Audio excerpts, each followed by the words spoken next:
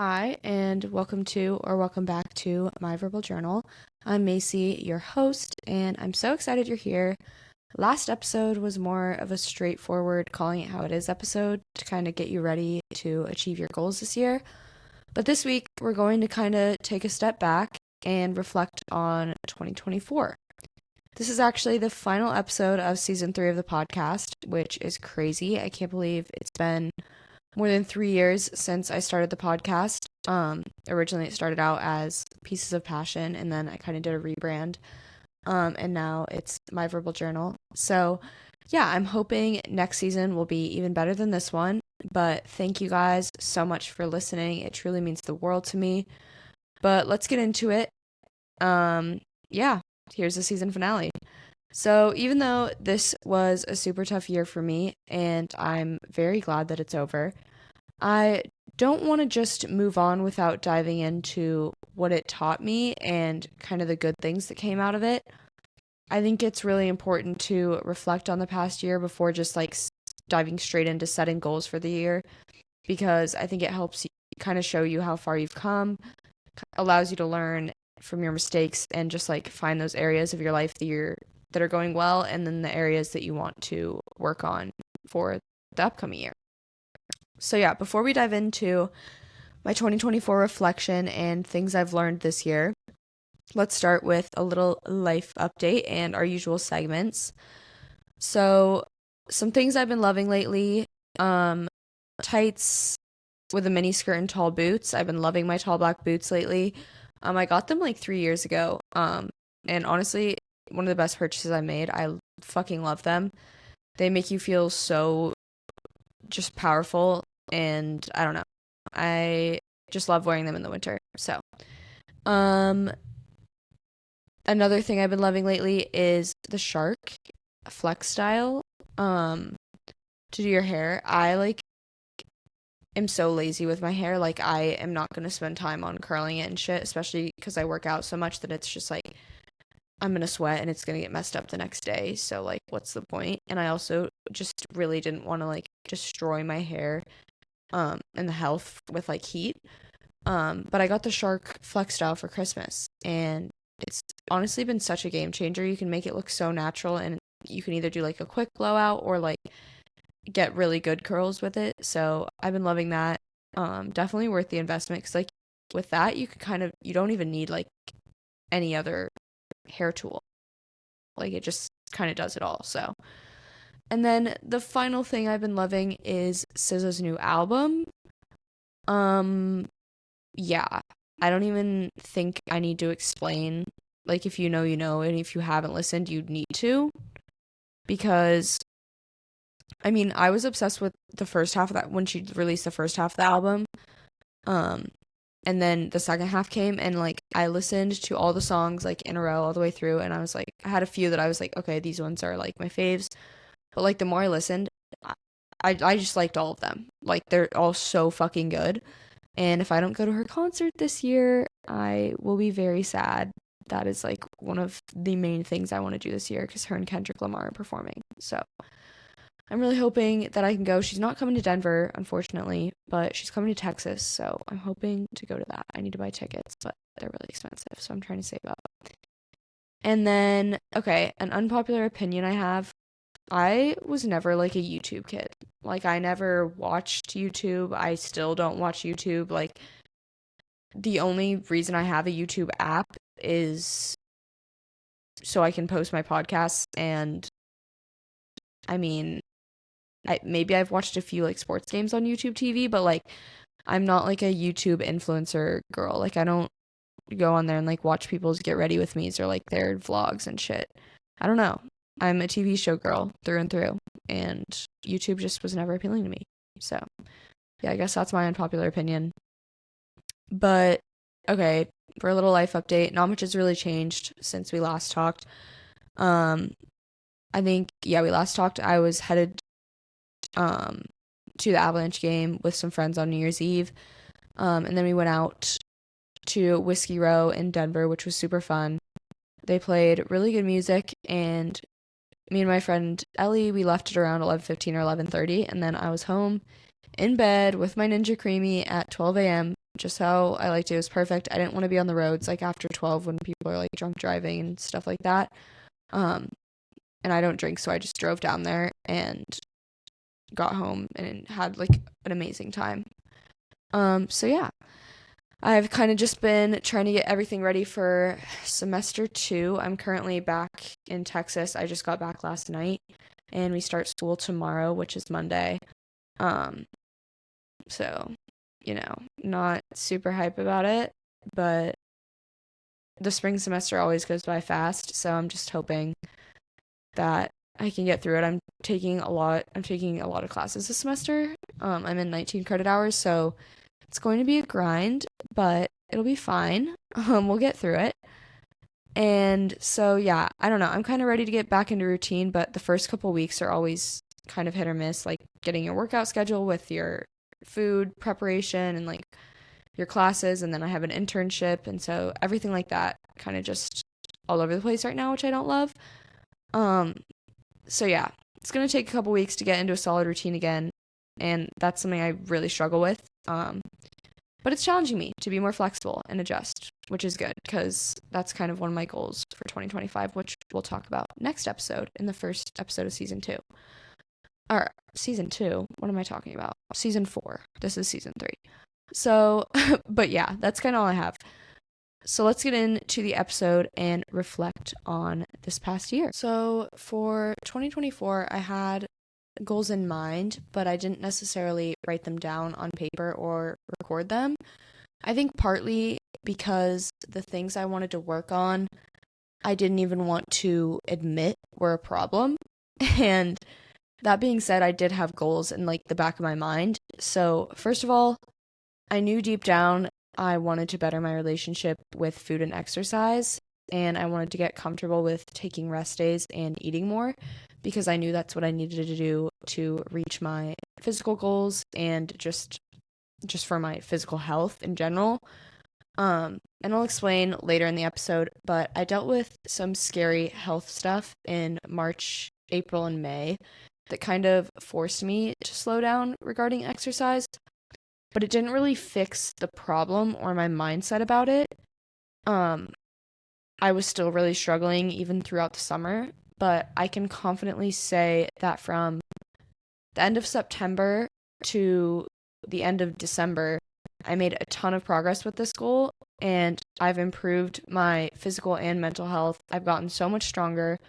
I've stopped viewing exercise as a way to burn off calories and earn food, and I started viewing it as a way to get stronger and better myself mentally and physically. And yeah, I stopped ignoring my hunger cues and overthinking everything I ate. I still deal with food noise, but it's not nearly as bad as it was. And this has been huge in bettering my friendships and relationships with family and just other people in general. I'm so much more focused. I'm happier now, and I'm not hungry all the time. And I'm not constantly focusing on my Apple Watch stats to like, and relating that to like how I should feel about myself for the day. A big part of me like achieving this goal was tracking my food using Logeat, which is an app that I actually interned with them for, and it's like super user friendly, so much better than MyFitnessPal. But this was super helpful for me, and I know it's not for everyone, like tracking isn't. Like I know some people, obviously it can cause you to have more disordered eating and overthink your food and restrict and stuff like that. But as a nutrition student, I already can look at food and basically tell you its exact macros. Like in my head, it's just kind of ingrained in me now. But by tracking, I've been able to make sure that I'm like eating enough and gaining back healthy weight. Because when I wasn't tracking, I would still be adding up the numbers in my head kind of throughout the day, and then I would end up under eating because I felt like I was eating too much or too often, and I would like be comparing what I was eating to other people. And so tracking really helped me like it helped show me that, okay, Maci, you're not eating that, like you can eat more, like you think you're eating so much but you're not. And it held me accountable to eat a certain amount of calories with a certain amount of protein, and kind of broke everything down and just it kind of reaffirmed to me that, okay, you're on track with your goals. Like you want to gain muscle, you're working hard in the gym, like you need to be eating in a slight surplus. And that really scared me, but just doing it and tracking it really helped me. Um so yeah, I really started to incorporate more foods and I stopped restricting healthy fats and carbs this year. Um I learned more and educated myself and implemented what I knew even though it was uncomfortable at first. So, yeah, that's the first thing that I'm really proud of myself for. And the second thing I wanted to do this year is get off of all medication, including birth control and anxiety depression pills. I wanted to get my hormones back in check and kind of feel like myself again. Because I really lost my sparkle, if you will, in 2023 and the beginning of 2024. So I really wanted to kind of get to the root cause of the issue and I don't know, just get off of all medication so I knew that I was truly myself. And yeah, I'll talk more in depth about this later, but I did actually achieve this. I got my IUD out in July and then I weaned off of Prozac and stopped taking it completely. I was only on it for a couple of months. And I was already on a low dose, but I noticed that it made me completely numb and basically completely shut off my emotions and fucked up my libido. So I was just so done with it. And ever since I got my IUD out, I still haven't gotten my cycle back. So that's something I'm going to be working on this year with professionals because as a female, your cycle is just such a huge sign of your health. So that's something I want to work on this year. But I did get off of birth control and off of Prozac. And now I just take basic vitamin and minerals. And I don't know. I feel so much better, so much more like myself again. So that was definitely a win for 2024. And then the third thing I wanted to do this year was create a better life, a better work life or school life balance. Because in 2023, when I transferred to TCU, I didn't know anyone, so I just poured all my energy and time into school and fitness. Granted, my course load was very demanding, but I could have still gotten good grades and incorporated more of a social life and not been nearly as stressed out. I was literally in the library 24/7, even on weekends, on Friday nights, working on chemistry and microbiology and like trying to get ahead. Like I would literally be in the library until close on Friday night and then I'd be like pissed that it closed and then I'd come home and study more. And then Saturday I'd go to the gym in the morning as soon as it opened and then I would get to the library as soon as it opened and I would just be there like all day. And same with Sunday.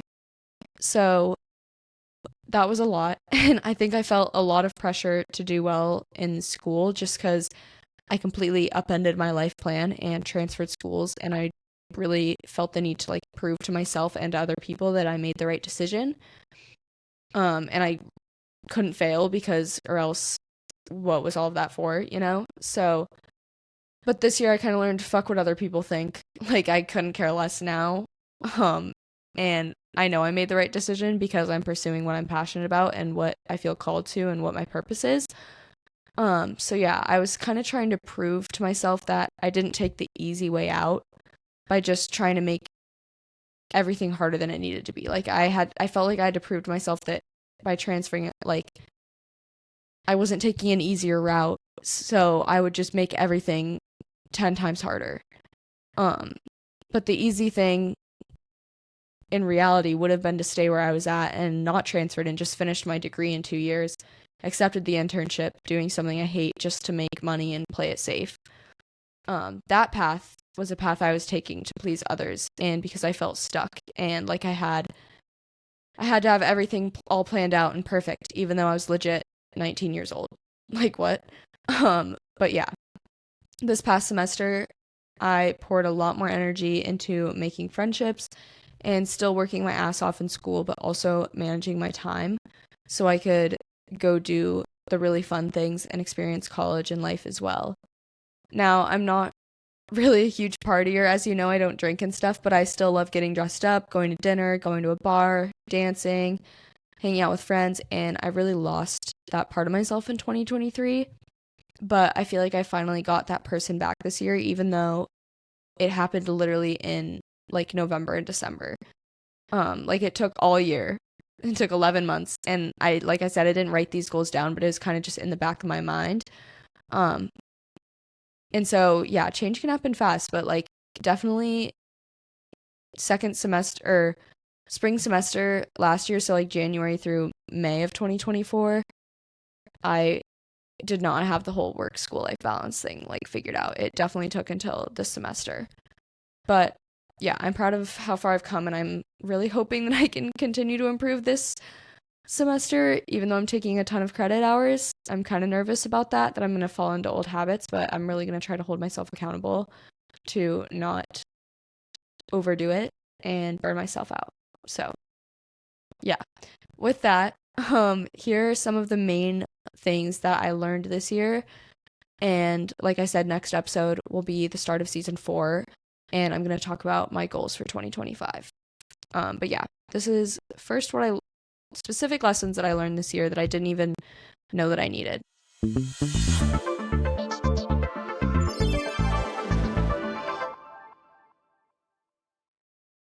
I'm someone who moves fast and tends to really suppress negative emotions and memories because I just want to move forward and do better. But then these memories tend to come back, and I try to look, or like I'll try to look back on them later and like remember them. And then it's like too late, and I already suppressed them so much that I forgot what they even were. And so I can't even learn from them or like reflect on them. And one thing I've realized is from 2020 to now is that life is so short. And I really want to try to remember everything about my life and not have these huge gaps where I don't remember what I was doing or what I was feeling. So that's also why I think journaling or taking videos of you talking to yourself or your future self is super helpful. So yeah, after you listen to this, I would encourage you to write down or record yourself talking about 5 things that went well this past year, 5 things you learned in 2024, and 5 ways you're going to make 2025 even better. So that's my little challenge for you. But yeah, I think it's important to celebrate progress and celebrate your wins and just like admit where you may have gone wrong or didn't do well. Because focusing solely on the negatives is only going to make you feel bad about yourself and discourage you from making positive changes this year. It kind of reminds me of after soccer games as a kid, how the ride home with my dad, he would just like start saying things I did wrong and could have done better, and it just made me tune him out, roll my eyes. But when he would like start the conversation by saying some things I did well and then go into some constructive criticism, I was a lot more receptive to that feedback. So, I mean, as accepting as I could be, like on a car ride home from like a tough loss when your dad is your coach. If you relate, I'm so sorry. No, I'm kidding. Love you, Dad, if you're listening. Glad you were my coach. But yeah, sometimes that was not the best. So let's first talk about the number one thing I learned this year, which was from January 2024 to April 2024. And that is to not take your health for granted. In March of last year, I was dealing with some GI issues per usual I'd been dealing with for a couple years, and I had an abdominal scan done. And they found some fluid around my heart, so they sent me to a cardiologist who did an EKG and an echocardiogram, and I wasn't really like that worried about it. I wasn't really thinking much of it. Like my heart felt fine, so I was like, I don't like what? I don't even know what they're doing. But I ended up getting a phone call with the results and was told that I had congestive heart failure. But that didn't really make any sense because I had just ran 4 miles the day before and felt completely fine. And I immediately was just terrified because when you look it up, congestive heart failure basically is a death sentence and gives you 5 to 10 years to live. And the doctor wanted to get a CAT scan of my heart and do a bunch of other tests.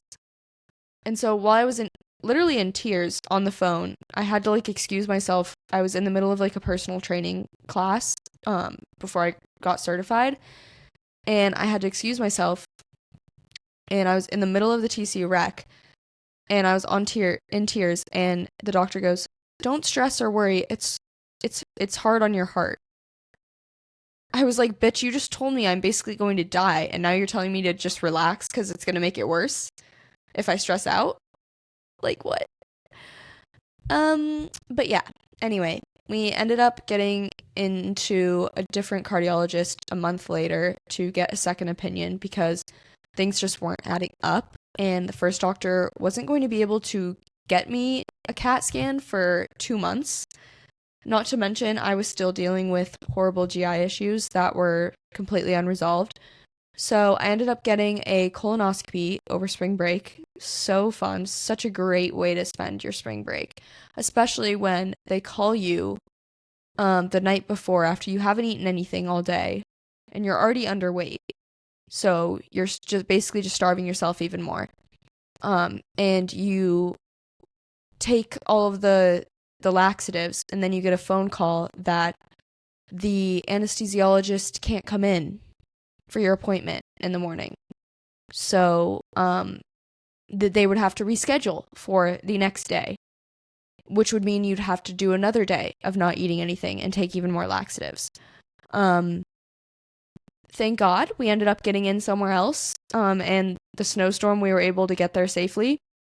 But that was pretty bad. That was not a great way to spend your spring break.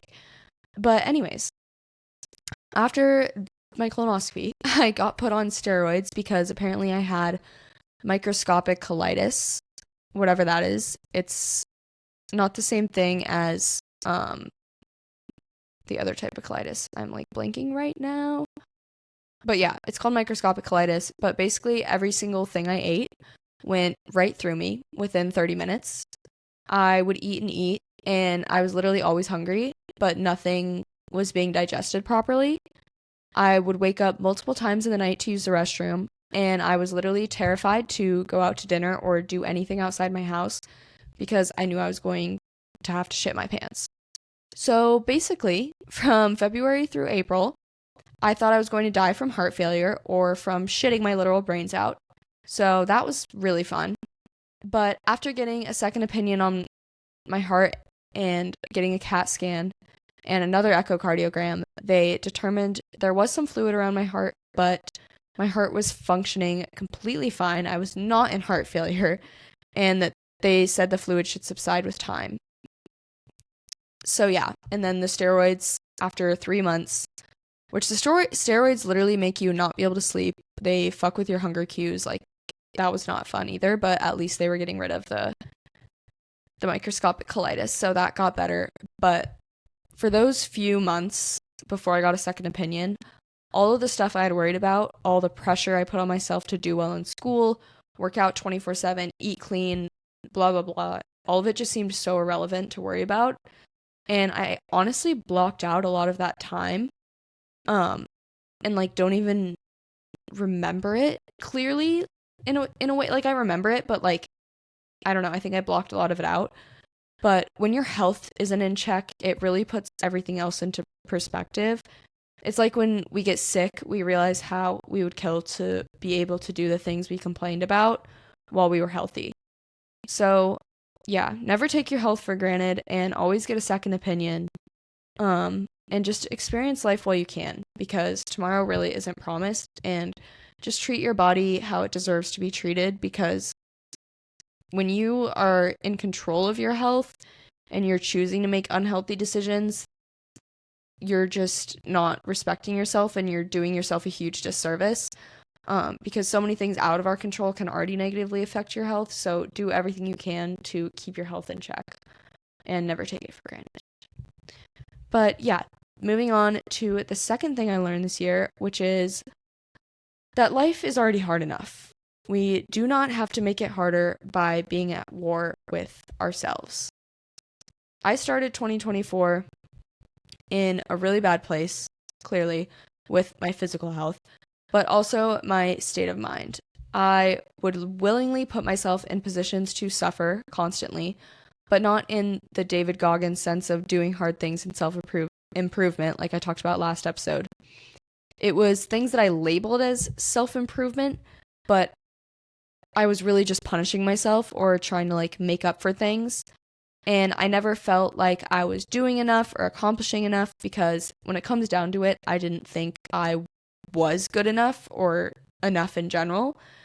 And I knew I was a hard worker. I knew I was smart, I knew I was disciplined, but I didn't feel like I was a good enough person. Um I felt incredibly misunderstood and like there was something wrong with me. I felt like my mindset and way of viewing life was different from everyone else. I thought the things I struggled with were so niche that no one else would understand or struggle with the same things. But I realized that what comes easy to some is hard for others, and vice versa. For example, I really struggle with going with the flow and being flexible, but I'm really good at staying consistent and sticking to routines and developing habits. For other people, it's the opposite. And neither is better or worse, but both types of people can learn from one another. And the truth is, no matter how confident someone may appear to be, you don't even know what internal battles they may be facing. And this year, I really learned to appreciate how my mindset set me apart from other people. And I also found people who did have similar mindsets and struggles. Specifically, Haley Cordova, her podcast, Haliness, and her content at Fueled by Fitness on Instagram and TikTok. And literally DMing her, honestly, just really helped me with my fitness journey, my nutrition journey, and my anxiety because I finally found someone who had similar thought patterns as me. So that was really helpful. And I kind of learned that social media can be toxic, but if you follow the right people and unfollow the people who make you feel like shit and you limit your screen time, it can honestly be super helpful and a great way to just connect with others and find people that might be struggling with similar things that you are. So, yeah, I spent the first half of this year largely at war with myself instead of putting all my energy into taking on the world and achieving my goals. I felt like by doing more and pushing myself to my limits that I was making progress, but I was literally just punishing myself and moving backwards and preventing progress. I could have just confronted the issues head on and done like the deeper inner work sooner, and I would have been a lot more effective and gone through a lot less pain and struggle. But once I actually admitted what I was doing wasn't healthy and I decided to really get in touch with what I was struggling with by journaling and changing my habits, progress started to happen really quickly regarding my fitness goals, my mindset, my relationships, everything in my life just rapidly improved. So, yeah, I got help from others. I got off of birth control and Prozac, like I said, and I started to do the hard work and just get to the root cause of the issue. I constantly was journaling about what I was going through, how I was feeling, what I was thinking, and I started seeing a registered dietitian, and I stopped punishing myself. I was able to focus on what really mattered, like friendships, experiencing life, and all the things I wanted to do and achieve instead of thinking about food 24/7 and questioning if I pushed myself hard enough in my workout. And I realized when I stopped overdoing it and overcomplicating it, I started feeling so much stronger and so much more energized. And I stopped comparing how much I was eating to other people in my life and online. And I just listened to my body. I tracked my food and actually ate in a surplus to put on weight. And I'm not going to give any like specific numbers because I don't want anyone to compare their caloric intake or macros with mine. But I was eating like 5 to 6 times a day, basically constantly. I was doing a lot less cardio. I completely cut out running. Um, and I just focused on improving my weight, lifting to gain muscle. I still was cycling and like doing stuff for my cardiovascular health and like doing low impact cardio, like not saying to cut out cardio, but I wasn't forcing myself to run when my legs were sore from leg day and like I had horrible shin splints. Like I needed a break from running so that I could actually put on some healthy weight. So, yeah, doing less was hard for me, and I was honestly so scared to do less in the gym and to eat more because I was thinking, like, what if this doesn't help me gain muscle and I just put on fat? What if this is going to make my relationship with my body worse? But I failed to raise the question, what if this is exactly what I need? And what if this will help me put on the muscle I've wanted and trained for so long, but haven't seen the results? And what if eating more improves my mood, my body, and my relationships? What if it gets rid of the constant food noise? And educationally, like regarding the numbers and everything I know about nutrition and exercise, I knew that it would work and that it's what I needed. But I was so scared that if I made these changes and made progress, that it like still wouldn't be enough, that I still wouldn't be satisfied, and that I wouldn't be able to be consistent if it wasn't this like rigid plan and structure where it was like an everyday thing. Like rest days were just never on my mind because I was like, oh, I need to like stick to a routine every single day. And I think I was scared that if I did put on the muscle and get the body I thought I wanted, that I still wouldn't like what I saw in the mirror. And so that really like discouraged me from doing it, but I just said fuck it and I just had to do it because it got to a point where I was like, honestly, something needs to change. Like I can't live my life this way. Because for so long I thought it needed to just be like all or nothing, but I found that I'm actually enjoying the process more now, and I'm able to be more flexible with my fitness routine and my food, and I'm just as consistent as I was because I know I'm a disciplined person and I can stay on track even if every day doesn't look the exact same, and even if I don't eat and burn the same amount of calories every single day. Even if I don't get to eat all of my favorite hyperfixation meals every single day, it's okay. Not every day needs to look the same. But it got to the point where I was just like, what is the point of me working so hard in the gym and in the kitchen if I'm not even going to go out and experience life and wear cute clothes and like feel confident in my body? So I learned how to end the eternal war that was going on in my head 24/7, and I decided to take on the world instead. And that's what I'm going to continue to do in 2025 and just for the rest of my life because I want to leave this place better than I found it. But in order to do that, I have to love and trust myself completely. So that was a huge thing for me this year. Moving on to the third thing I learned, which is that you have to get uncomfortable before things are going to improve. I had to challenge myself by getting curious and just doing things I knew needed to be done, but that really scared me.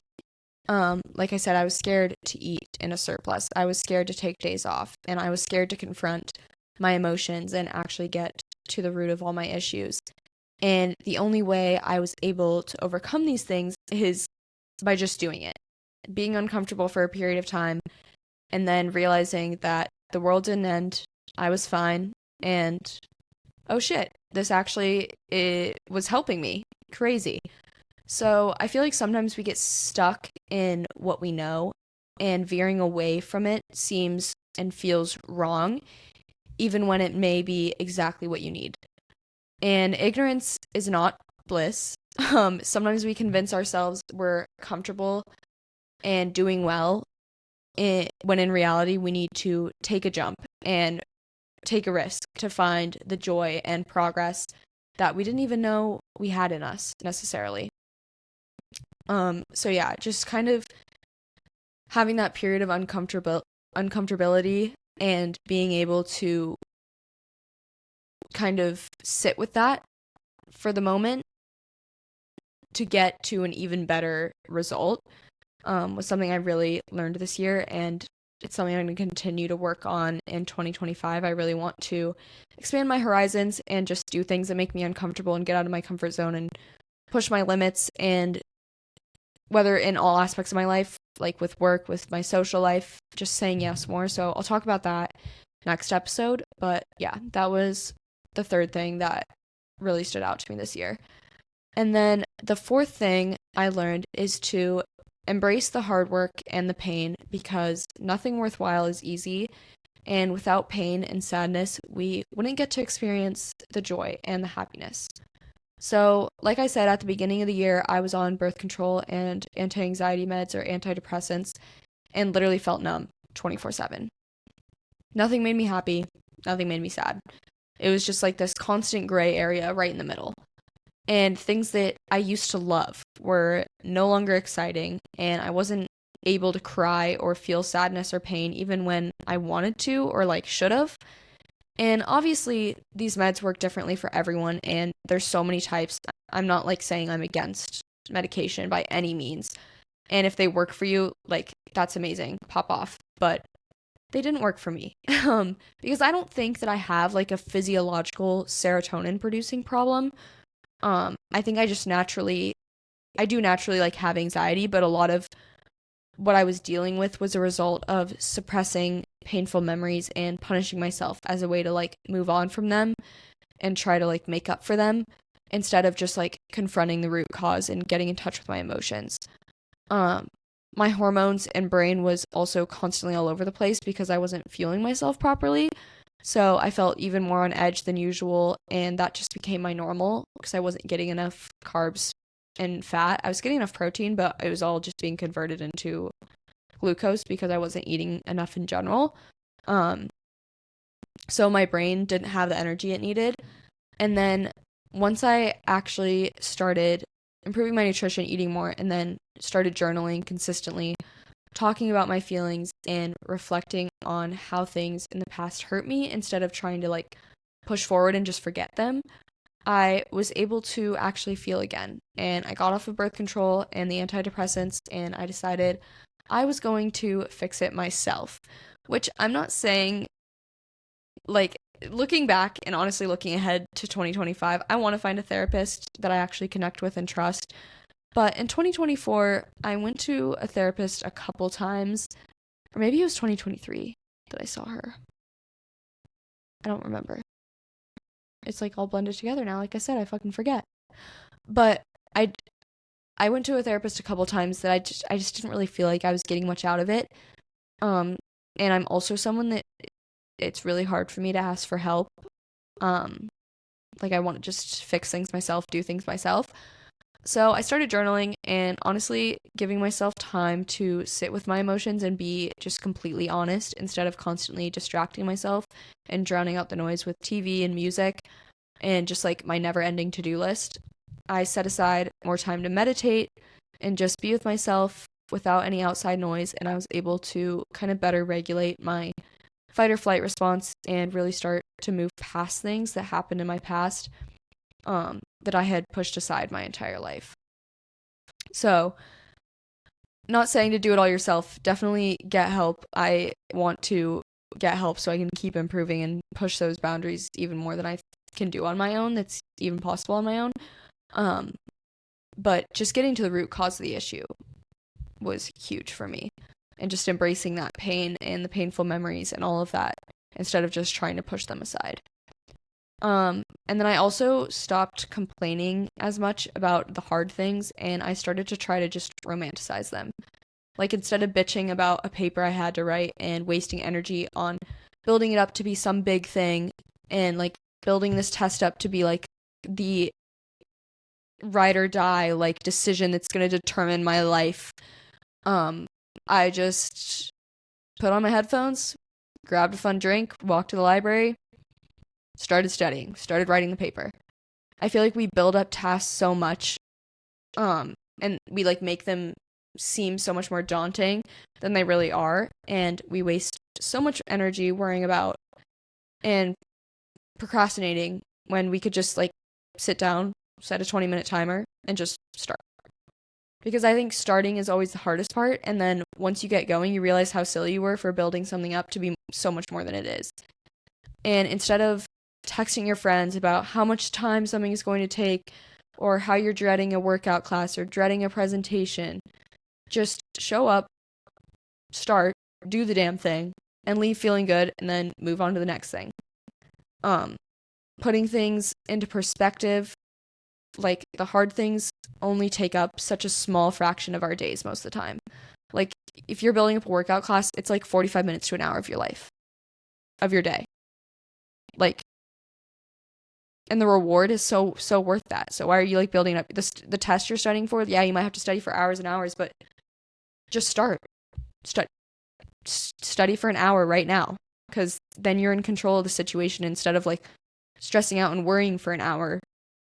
That's wasting more of your energy and you're not actually making progress. So yeah, instead of wishing the hard things away or focusing on the ease that's like coming after, I feel like you can truly like buy in and appreciate the suffering, knowing that it's making you better and that it'll get easier next time. The other day I literally had a mental breakdown about how overwhelmed I feel and about this semester, and I just had to look at myself in the mirror and tell myself to stop being a little bitch, because all the opportunities coming up are a blessing and they're not something to complain about. Like, it's a good problem to have. And it's okay to be stressed and it's okay to be uncomfortable, because that's how you grow and it's how shit gets done.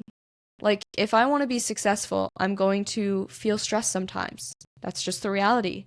And yeah, I can find ways to cope with and like better handle it, but I can't just avoid it altogether and turn down opportunities because I know it'll stress me out. So, those are the four main things that I learned in 2024. To sum it up, number 1, don't take your health for granted. Number 2, you don't need to be at war with yourself. Life is already hard enough. Number 3, embrace discomfort, because that's where you grow. And number 4, embrace hard work and pain instead of trying so hard to avoid it, because nothing that is worthwhile is easy. So I hope this episode resonated or helped some of you reflect on this past year, or maybe gave you some ideas for what you want to work on this year in 2025.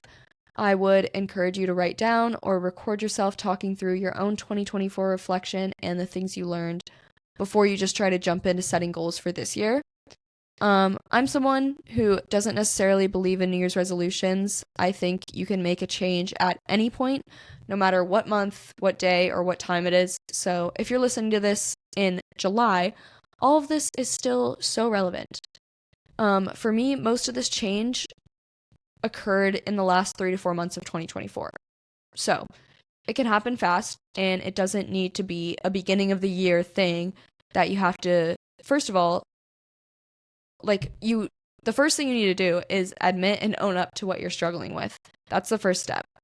And then you have to actually want to change, because sometimes when you're forced to change, it doesn't fully set in or stick. It needs to come from an internal place, and you have to commit to being uncomfortable for a period of time if you want to see progress and grow.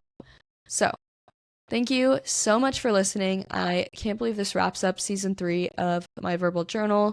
I'm so grateful that I got to chat with you all today. And if you enjoy this podcast or liked this episode, please share it with a friend and give it a rating or review.